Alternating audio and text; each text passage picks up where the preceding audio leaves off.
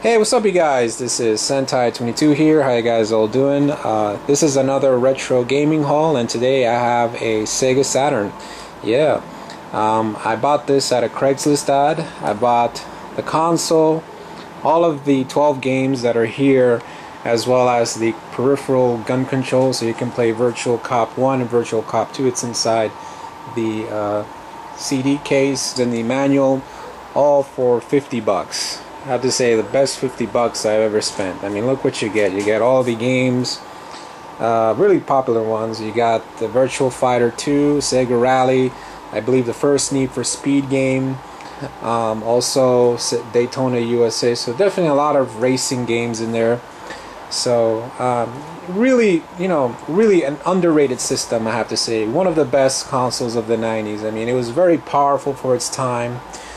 It had 2 CPUs and 6 processors. I mean it was more powerful than the PlayStation, but unfortunately Sega really had a tough time with a lot of things with this system. I mean, for one thing, it was very difficult to make games for it. I mean, it was just confusing for a lot of third-party developers to make games for it. Also, when it was released prematurely. It was originally supposed to release in September of 1995, right around the same time as the first PlayStation. Unfortunately, it kind of backfired on them because there was a lot of third-party games that really wanted to be in the release launch of the Sega Saturn. Unfortunately, the release titles for the Sega Saturn, the majority of the games were pretty much Sega games, so that pissed off a lot of third-party companies, particularly EA, and a lot of retailers that really wanted to, sell the Sega Saturn, but were just really angry, so they decided to not, store any Sega-related stuff on their stores, like KB Toys, for example. They didn't want to sell they didn't want to sell Sega games because of this. So, but yeah, I mean, again, it was a really powerful system for its time. I wanted this since I was a kid, but since I couldn't afford the $400 price tag, I had to stick with the PlayStation. No, it was the Nintendo 64 first and the PlayStation. So yeah, I mean, the reason why I wanted this was because of the arcade, because at that time in the 90s, around the mid-90s, arcade places were still there in the mid-90s. I mean, they were starting to close down, but, back in the 90s, there were still places that you can, hit up the machine and play a few games. At that time it was like 25 and it was 50, and then people started to realize they'll just buy the consoles instead. But this was a really, really good system if you're a big fan of the arcade ports like Virtual Fighter or the Sega Rally series. This was it emulated the arcade games so well, but it sadly, because of the price tag, a lot of people didn't buy it. Not only that, but Sega's decision of not bringing RPGs into the Saturn. Though Panzer Dragoon did get released on the Saturn, Panzer Dragoon 1 and 2, but Saga is a very rare game. I wish they would have produced more RPGs as well. Now, even though it wasn't popular in the United States and Europe, it was very popular in Japan, which the majority of awesome titles were released in Japan. They were never released outside of the US, unfortunately. That's why the Sega Saturn really stayed there for the longest time, around 2000. And of course, they had a really awesome marketing campaign, Sega ta Sanshiro, so now here, as you can see, this is the Model 1 version. This one has the seed-like buttons. The second model has the round circle buttons, and also, as you can see, this is where you put your memory card right there. You can also put the special modem, so you can go online and go surf the web. This was the first console to go surf the web. I remember when I was in school in the library, they had this, and I was thinking, are they playing games or something? And then I realized, oh, okay. So it was a very educational system, as well as a really awesome game console too. So it's pretty cool. You can also put this very special action replay cartridge that you can also play Sega Saturn games from Japan. So, okay, as you can see, you got all of the games in really big cases. I mean, I don't even know why they do this. This pretty much transitioned from the Sega CD era right to the Saturn. I mean, I don't really get why they did this. I mean, I wish they would have. I would have preferred regular music CD cases instead of this. It's way too big. I mean, I can understand if it was like 3 or 4 CDs. I don't know what Sega's marketing division was thinking of making these things. I mean, I guess, you know, they were wasting money away like that. So, alright guys, I'm going to show you guys a little demo of the system. So, here we go. Alright, now I have the Sega Saturn all set up. I'm going to show you guys the controller. As you can see, kind of reminiscent to the old school Sega Genesis controller. The only difference is you have 3 extra buttons as well as shoulder buttons on top. Although for some reason it feels like you're not actually touching anything. And of course the newly refined left, right, up and down buttons. So, alright, now to pop in the first game, which is Virtual Fighter. So I'm going to just open the case and pop in the system.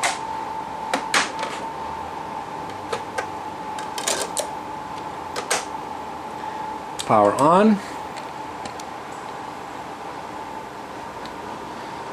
Now, as you can see, just like any new console, gets you to the default settings. If you want, you know, English, French, Italian, Spanish, Dutch, or Japanese, you know, you'll do that. Okay. Alright. Of course, you have the set clock, so you can see it's 1994. And yes, we are partying like it's 1994.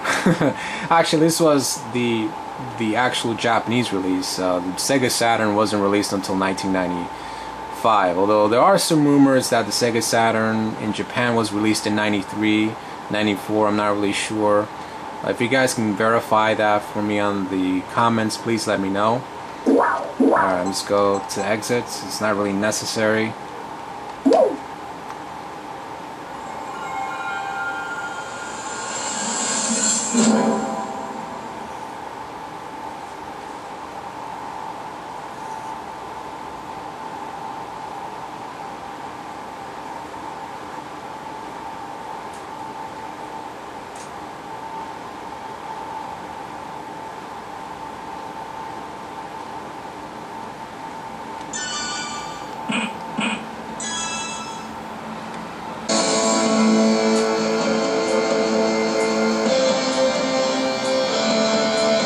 Alright, I'm gonna pick my favorite guy, Cage. Oh, this is embarrassing. Sorry about that. Press the B button.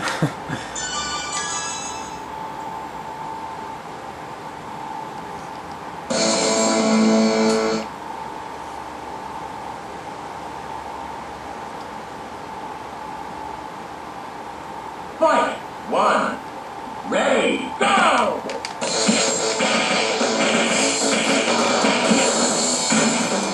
Now, this, I have to say, is probably one of the better Street Fighters on the Saturn, because the first one that came out for the Saturn, Virtual Fighter, was an absolute disappointment. You know, it didn't really emulate well like the arcade version, because it was a release title, so, you know, they really rushed the first Virtual Fighter. The second one is a really cool improvement, as you can see.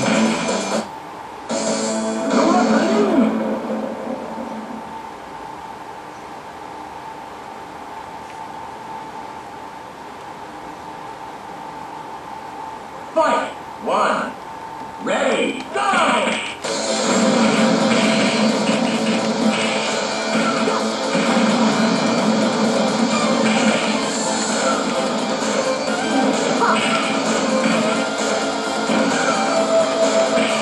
Now, if you really want the arcade experience, you're gonna have to buy the oh, nice. You're gonna have to buy the arcade peripheral, the arcade controller. control is not really the same, but you can, it's okay. It doesn't really matter.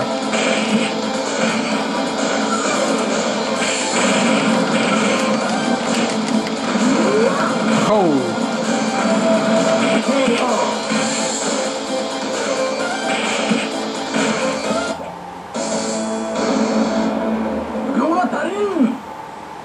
Alright, now time to play a little bit of Sega Rally, so here we go.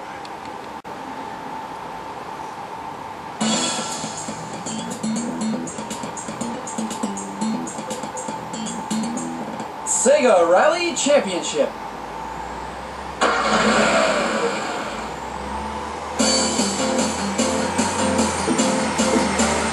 I apologize for the background noise. You know, it's tough when you live in a city where everything is just all noise, but you know, you gotta live it. So, all right, arcade mode. Do a little bit of a practice run. I'm really not good at it. Go for the Mount Forest, my favorites.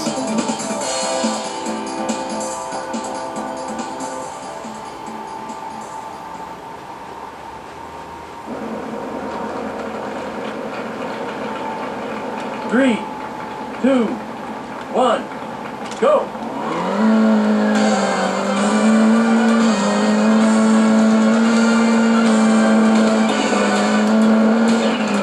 Very long, easy right.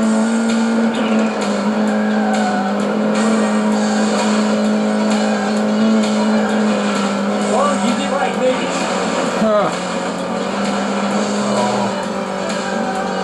Very long, easy left.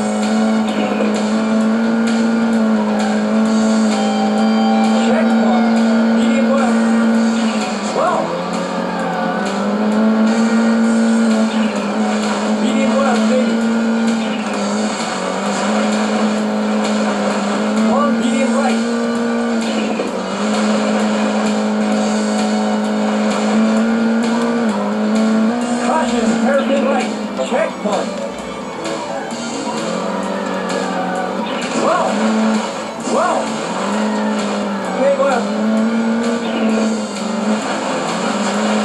Medium right.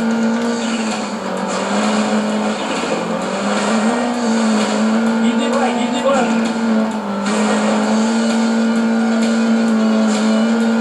Long, medium right. Easy right. Oh boy.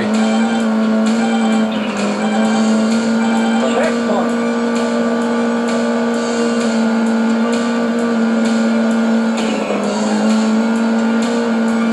Very long, easy right.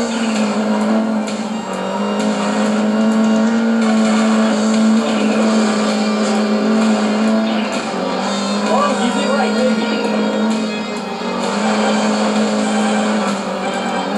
Very long, easy left.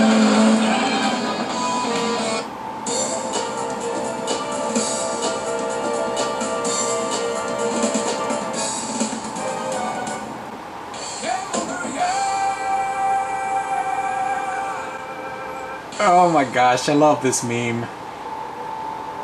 All in all, if you're a big retro gamer collector like I am, go get the Sega Saturn. It's a really, really awesome system, very underrated. This thing really deserves the credit where credit is due. Has a lot of great games. Unfortunately, there are some games that didn't really make it to the States, but thankfully you can use an action replay card like I mentioned to play Japanese games on an American Sega Saturn, so don't worry about that. If you're planning on getting one of these, get them with good bundles like I did. I really got some great titles like Sega Rally, Virtual Fighter, as well as Need for Speed. So if you're on the market for one, I definitely recommend getting some really good games with it.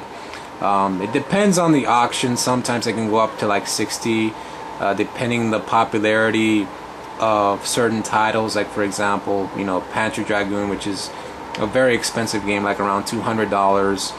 Also, if Nights into the Dreams, which is another popular game, you might have to fetch in a little more if you get it as a bundle. but you know, but still, it's very affordable to get a Saturn these days. You know, it's not like it used to be price wise. I mean, it's still very affordable. So, alright guys, that's about it. Hope you guys join my retro gaming review sort of type of vlog. So please comment, and what do you think of the Sega Saturn, and you know, post your comments in the description below. So this is Sentai 22, and thanks for watching.